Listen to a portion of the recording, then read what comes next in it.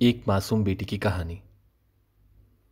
इतनी सारी बेटियों की मौजूदगी में आदमी का दिल बहुत खुश होता है और उसको हमेशा बड़ी तकवीत मिलती है।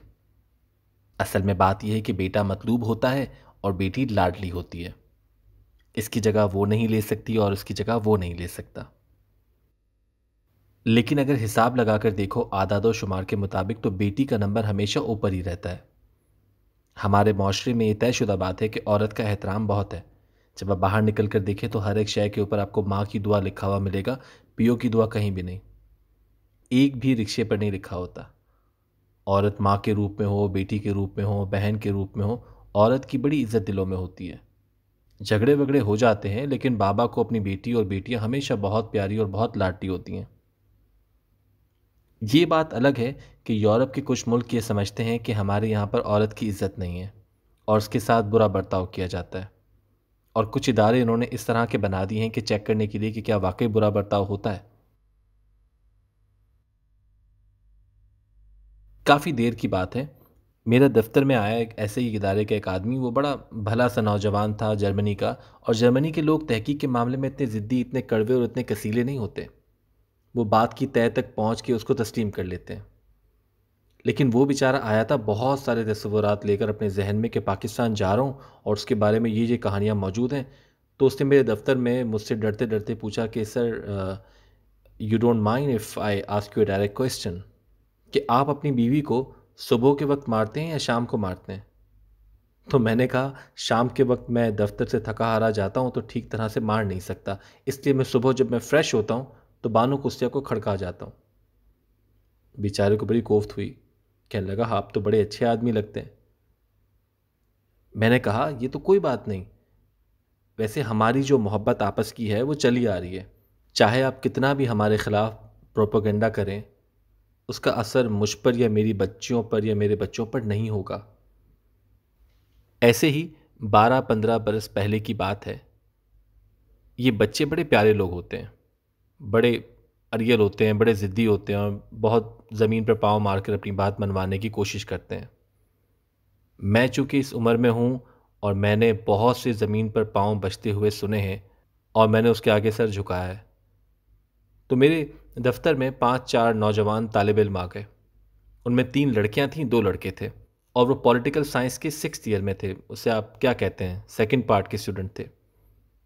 उनमें एक लड़की थी, उसका नाम कुलसूम था।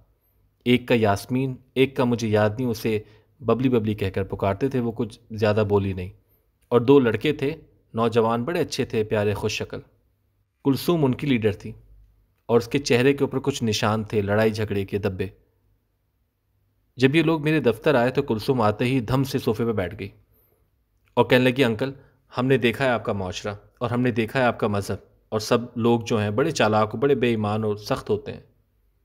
हम लड़ाई करके आए। मैंने कहा, क्या हो गया? उसने कहा, मेरा नाम ये है और ये मेरे साथ मेरी क्लास फेलो है, इनका नाम ये है और इनका नाम ये है।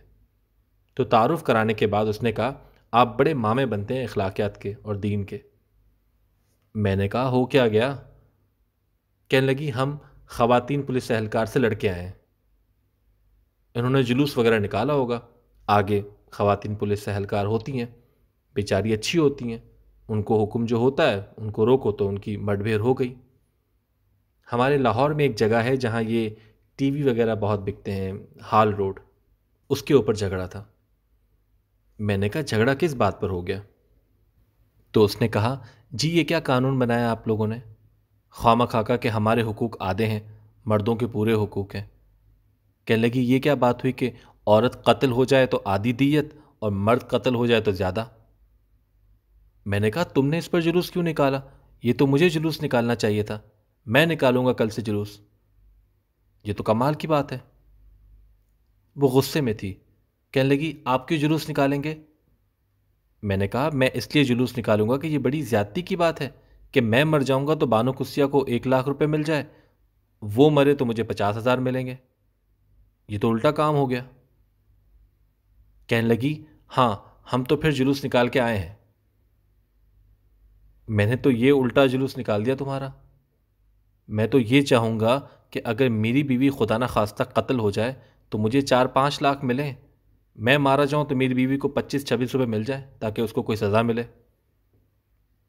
उसकी साथी कहने लगी, देखो यास्मीन, मैंने तुमसे कहा था ना कि अंकल के पास नहीं जाना, ये हमेशा ऐसी उलट बात करते हैं। मैं तो उसका गुस्सा ठंडा करने की कोशिश कर रहा था। तो कहने लगी, ये हमने देखा हुआ है, आपका ये सब फ़लसफ़ा, मैं आपकी परवाह नहीं करती, मैं अपनी ज़िंदगी बसर करना चाहती हूँ। हम सारे अपनी ज़िंदगी बसर करना चाहते हैं। ये पुराने दकियानूसी धात पत्थर के ज़माने की चीज़ें, उस ज़माने की आपने अखलाकियात में रखी हुई हैं, ये सब मैंने कंडेम कर दी हैं। मैंने कहा कोई बात नहीं, कंडेम करती हैं तो करें, तुम्हें पूरा हक पहुँचता है। वो कहने लगी, मैं आपको बता दूँ एक बात और आप कान खोल के सुन लें कि मैंने दोज़ख में जाना है। मैंने बिल्कुल नहीं जाना बहशत वगैरह में, मुझे कोई ज़रूरत नहीं। गुस्से में थी बेचारी, बड़ी प्यारी सी थी और अच्छी ताकत थी उसमें, बहुत खूबसूरत बाजू चढ़ाए हुए थी, उसके इरादे मजबूत थे, हंसने वाली लड़की थी। मैंने तो दोज़ख में जाना है, मुझे कोई परवाह नहीं आपकी। मैंने कहा, नहीं नहीं, तूने दोज़ख में जाके क्या करना है, दफ़ा करो। कहने लगी, नहीं, मैंने तहिया कर लिया हुआ है, मैंने दोज़ख में जाना है। मैंने कोई कानून नहीं मानने, मैंने ना दीन के ना इस्लाम के, मैंने अपनी मर्ज़ी से रहना है। मैंने कहा, बेटी, दोज़ख में जाना बड़ा मुश्किल काम है, तू कैसे जाएगी? दोज़ख में जाने के लिए बड़ी मेहनत करनी पड़ती है। उसने कहा, जी कैसी मेहनत, क्या? वो जी मेरा और उसका झगड़ा हो गया, बड़ा ज़बरदस्त। मैंने कहा, तू नहीं जा सकती। कहने लगी, मैं जाके दिखाऊंगी।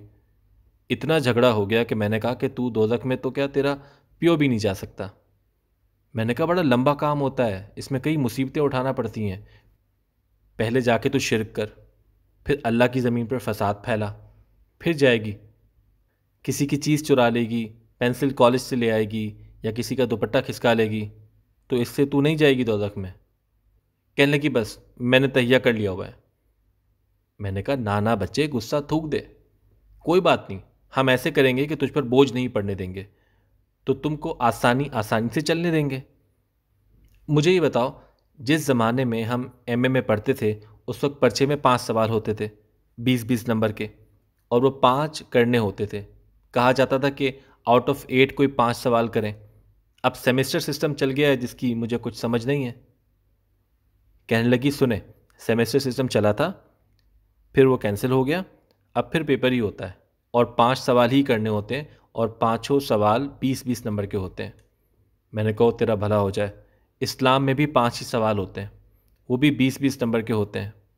कहने लगी, हैं ये क्या? मैंने कहा, देख, अब तो ऐसे करेंगे, तू है गुस्से वाली बेटी, तो तेरा इंतज़ाम एक और तरह से करना चाहिए कि हम ऐसे करेंगे कि तुमको, लड़कियों को बहुत शौक़ होता है डाइटिंग करने का और अपनी फ़िगर ठीक रखने का, ठीक है ना? हम ऐसे करेंगे कि तुझे साल में 1 महीना डाइटिंग कराएंगे, ठीक है ना? सुबह खिला दी रोटी, सारा दिन पानी भी नहीं पीने देना और खाना भी नहीं खाने देना। कहने लगी, oh, you are talking about Ramzan. मैंने कहा, अब तुम जो मर्ज़ी नाम दे लो उसका। कहने लगी, अंकल वो तो जो रमज़ान है ना, वो तो रोज़े में रखती हूँ सारे। कहने लगी, हमारे घर में तो कोई भी नहीं रखता, लेकिन मैं रखती हूँ रोज़ा सहरी खा के। माली बाबा और उसकी फैमिली जागी हुई होती है, मैं उनके क्वार्टर में चली जाती हूँ, बड़े मज़े की रोटियाँ पकाई होती हैं मासी ने, तो मैं सहरी खा के आ जाती हूँ, तो मेरा रोज़ा हो जाता है। मैंने कहा, तेरे 20 में से 20 नंबर तो आ गए यहाँ, ठीक है ना? फिर मैंने कहा, तुम जैसी लड़कियों को बड़ा शौक़ होता है सैर व तफरी का, बहुत मरती हैं, ऐसी तस्वीरें देखती हैं, कैलेंडर देखती हैं, कहती हैं हाय मलेशिया जाएंगे, ये अमेरिका का साहिल है, ये देखो ये डिज़नीलैंड है, इस जगह जाना चाहिए, शौक़ होता है। मैं ऐसा बंदोबस्त करूँगा, मैं हूँ तो गरीब आदमी, लेकिन मैं तुम्हें पासपोर्ट बनवा के दूंगा और मैं तुम्हें मुल्क से बाहर भेजूंगा और तुम्हें बड़ा शानदार नज़ारा मिलेगा जो तुम्हें दुनिया में कहीं और नहीं नज़र आएगा। कहने लगी, कैसी जगह? मैंने कहा, एक ऐसी जगह जहाँ आदमियों का बड़ा हुजूम होगा, इतना बड़ा हुजूम दुनिया में कहीं नहीं होता। वो कहने लगी, आप हज के बारे में बात कर रहे हैं? मैंने कहा, हाँ। कहने लगे, अंकल वो तो मुझे बहुत शौक़ है देखने का, क्योंकि दुनिया में सबसे बड़ा हुजूम। वो कहने लगी, आप मुझे ना दें पासपोर्ट और ना दें टिकट, वो तो मैं इंशाल्लाह खुद ही जाऊंगी, वो मेरा पक्का तहिया है, तो मैंने तय किया हुआ है, लेकिन मैं आपके इस्लाम वगैरह को नहीं मानती। गुस्से में थी ना, तो बार बार ऐसे ही कहती थी। मैंने कहा, चलो 20 नंबर तेरे ये हो गए, 40 हो गए पूरे। तो मैंने कहा कि तुम न्यू कैंपस में कैसे आती हो? कहने लगी न्यू कैंपस में अब्बू कार में छोड़ जाते हैं। कई दफ़ा नहीं आते तो मैं ख़ुद कार लेकर आ जाती हूँ। अगर दोनों में से कोई सूरत हाल ना हो तो डैडी मुझे 10 रुपये दे देते हैं। मैं 1983 या 1984 की बात कर रहा हूँ, तो उस ज़माने में ₹1.5 आने जाने में लगता था। तो हमारी बस होती है। मैंने कहा अगर मैं तुझे कहूँ कि ये तुझे 10 रुपये मिलते हैं, इनमें से थोड़े से पैसे अठन्नी या उससे भी कम या ₹1 एक तरफ रख दे, तो दे दे या किसी गरीब को। तो कहने लगी आप मुझे फंसा रहे हैं। मैंने कहा मैं आपको कहाँ फंसा रहा हूँ? तू मेरे पास आई है इतनी मोहब्बत के साथ, तेरा बाबा इतनी मोहब्बत से तुमसे बात करता है, तू फंसाने की बात करती है। कहने लगी आप मुझे ज़कात में फंसाना चाह रहे हैं, जिसे अंकल आप 2.5% कहते हो। ये तो गलत है, ये तो फलां ने बनाई है 2.5%। अल्लाह का हुक्म और है। मैंने कहा भाई वो क्या है? कहने लगे अल्लाह तो कहता है जो कुछ तुम्हारे खर्च से बाकी बचे वो सारे का सारा दे दो। ये तो मैंने पहली बार सुना है। मैंने कहा वो तेरा भला हो जाए, तूने मुझे डरा दिया। 2.5% पर मैं यकीन नहीं रखती, ये कैलकुलेशन गलत है, कहीं नज़र नहीं आती। मैंने कहा ये तो तेरी और कमाल की बात हो गई, तेरे तो 60 नंबर हो गए, ठीक है कि नहीं? तो इसी तरह से मैंने कहा अब अगला काम आता है जिहाद का। वो मर्द भी जाते हैं, औरतें भी जाती हैं, लेकिन ज़ात के ख़िलाफ़ लड़ना भी एक जिहाद है। ख़राबी के ख़िलाफ़ तो वो तो सामने है। कहने लगी देखो मैं कहाँ कहाँ मारी मारी फिर रही हूँ। तो मैंने कहा 80 नंबर हो गए। मैंने कहा बेवकूफ़ लड़की कुलसुम बीबी, तुमने आज तक 80 नंबर लिए हैं किसी पर्चे में? कहने लगी 80 तो अंकल बहुत होते हैं। मैं तो यही रो रहा था कि तू दोज़ख में कैसे जाएगी, तू तो मुसीबत ये डाले बैठी है, तेरा इरादा दोज़ख में जाने का है। कहने लगी वो मैं गुस्से में थी इसलिए कह रही थी। उसका झगड़ा दीन के साथ तो नहीं था बेचारी का। आदमी दुखी होता है, अपनी मामा जी से, अपनी अम्मा से, अपने अब्बू से लड़ता है, तो फिर उसको गुस्सा आता है। फिर जिन बातों की वो तलकीन करते हैं जिसके ऊपर कायम रहने के लिए, उसको वो हिट करता है। मैंने कहा कुलसूम, बच्चे अब ऐसे करेंगे कि फिर तुम्हें एक लफ्ज़ सिखाएंगे। वो है तो मुश्किल अरबी का, लेकिन तू ज़हीन लड़की है, मेरा ख़्याल है तो सीख जाएगी अगर मश्क करे तो। कहने लगी वो क्या है? मैंने कहा वो है ला इलाहा इल्लल्लाह मुहम्मदुर रसूलुल्लाह। कहने लगी लो क्या बात की, ये तो मैं सुबह मुंह धोते वक्त सुबह सवेरे जब पानी डालती हूँ तो ये पढ़ती हूँ। तो मैंने कहा अब बताओ बच्चे, तुमने तो फंसा दिया, हम दोज़ख कैसे जाएंगे? ये तो तुमने मेरी भी राह बंद कर दी। अब मैं भी कुलसुम बीबी का बाबा दादा बन के बैठ गया। मैं भी तेरे साथ चलूँगा, मुझे भी फ़ायदा हो जाएगा। बाकी रह गई नमाज की बात। तो मैंने कहा ईद को लड़कियां बड़े शौक से घर में मुसल्ला डाले सरों के ऊपर दुपट्टे लपेट के खड़ी हो जाती हैं, तो 3 नंबर तो इसमें भी आ जाएंगे, 83-84 नंबर हो जाएंगे, 20 तेरे कलमे के हुए पड़े। कहने की नहीं नहीं खैर नमाजें मैं रमज़ान शरीफ में तो सारी पढ़ती हूँ पूरी, और इसके अलावा भी जब भी मौका लग जाए, लेकिन रेगुलर नहीं हूँ। मैंने कहा कोई बात नहीं, तेरे नंबर तो 94-95 से ज़्यादा बन रहे हैं, अब तेरा क्या करें? तो उसकी सहेली यास्मीन कहने लगी तुम उठो, मैंने तुमसे कहा था ना कि अंकल अशफाक के पास नहीं जाना, ये बहुत चालाक हैं, ये हमें धोखे से फंसा रहे हैं। तो उनके साथ जो लड़के थे वो बड़े गौर से ये बातें सुन रहे थे और हैरान होते रहे। उन्होंने भी मेरे साथ थोड़ी सी बातें की कि सर हम भी कुछ थोड़े से ऐसे ही थे, गुस्ताख, कुछ उल्टे सीधे अल्फाज हमारे मुंह में भी और जहन में भी आ जाते हैं। मैंने कहा कोई बात नहीं, जहन में आ जाते हैं तो बेख्तियारी की बात है, जहन के ऊपर कंट्रोल नहीं है, कोई बात नहीं, चलते रहे। लेकिन कहने लगे रुख हमारा अलबत्ता इधर का हो गया है जिस तरफ की बात आप कर रहे हैं। तो कुलसूम बीबी अपनी आस्तीन चढ़ाए हुए गुस्से में लटे खुली हुई, लेकिन वो ज़रा थोड़ी सी ठंडी हुई, लेकिन उसका गुस्सा पूरे का पूरा कम नहीं हुआ। मैं महसूस कर रहा था कि पुलिस ने उन्हें तंग किया था। बात भी उसकी सुन लें। जब आप किसी की सुनने के लिए कोई भी हो, आपके घर में झाड़ू देने वाली है, मासी खाना पकाने वाली है, उसकी बात है, कहने सुनने के लिए आपके पास भी वक्त होना चाहिए। कुलसूम की और यास्मीन की बात और उनके साथियों की बात नहीं सुनी गई थी, इसलिए उनको गुस्सा था, और गुस्सा सारा वो डायरेक्ट गया था उस दीन की तरफ और अथॉरिटी की तरफ और बड़ों की तरफ। अब उसमें सारी जहालत जो है वो बड़ों की होती है, बड़ों को संभालना नहीं आता, वो अपनी अथॉरिटी में लग जाते हैं। और हमारे मुल्क में अथॉरिटी का रिवाज ज़रा ज़रूरत से ज़्यादा ही है। हाँ, अकेले बड़ों की अथॉरिटी नहीं। आप भी जब सोचेंगी और आप जब घर जाके गौर करेंगी तो आप देखेंगी आप अपनी अथॉरिटी को इन मासूमों पर, उन लोगों पर ज़रूर इस्तेमाल कर जाती हैं जो कि आपसे नीचे हैं। लेकिन अल्हम्दुलिल्लाह आपने इस बात को तस्लीम किया। लेकिन हम क्या करते हैं, हमारे यहाँ आम लोग जो हैं वो भी अपनी अथॉरिटी को बड़ी शिद्दत से और बड़ी बुरी तरह से इस्तेमाल कर जाते हैं। मैं शायद पीछे भी बयान कर चुका हूँ, मुझे इस एक बात का बड़ा गुस्सा था।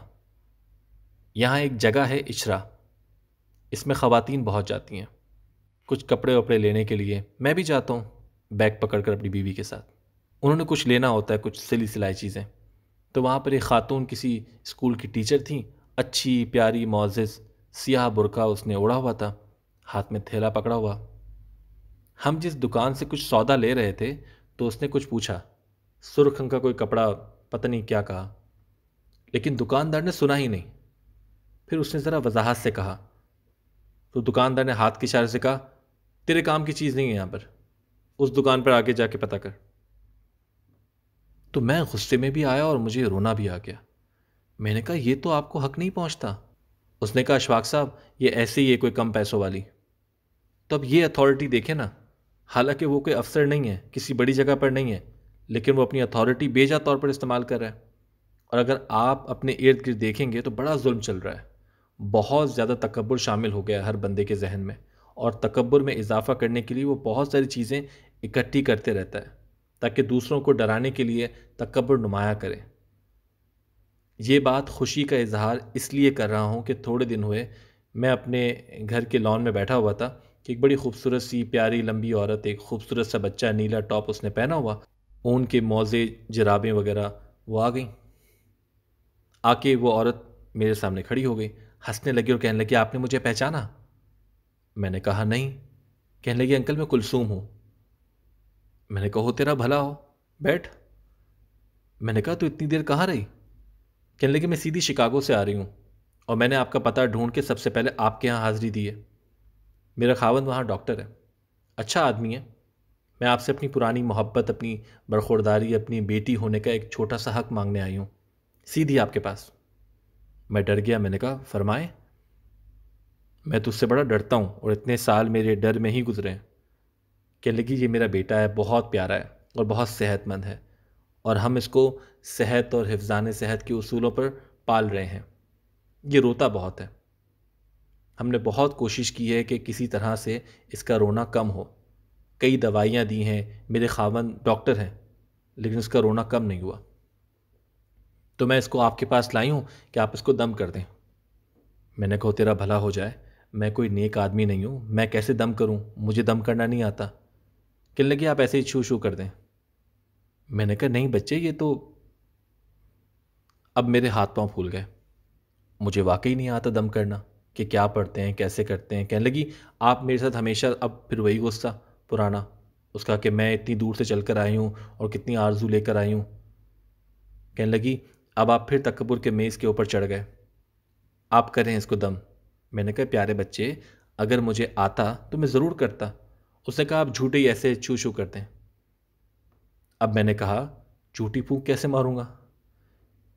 फिर मैंने कहा चल, हमारे मौलवी साहब हैं मस्जिद में, बहुत नेक आदमी है, मैं जुम्मा पढ़ने जाता हूँ वहाँ, उनसे दम करवाते हैं। तो कहने लगी नहीं आपसे करवाऊंगी, आप ही करेंगे। मैं भला उसका दिल रखने को कर देता, ऐसे ही छू, लेकिन मैं रुका रहा। मैंने कहा मुझे नहीं आता, ये अल्लाह ने मेरे अंदर सलाहियत नहीं रखी है। मेरी सलाहियत है कि मैं कुछ लिख लेता हूँ ड्रामे, लेकिन ये काम नहीं जानता।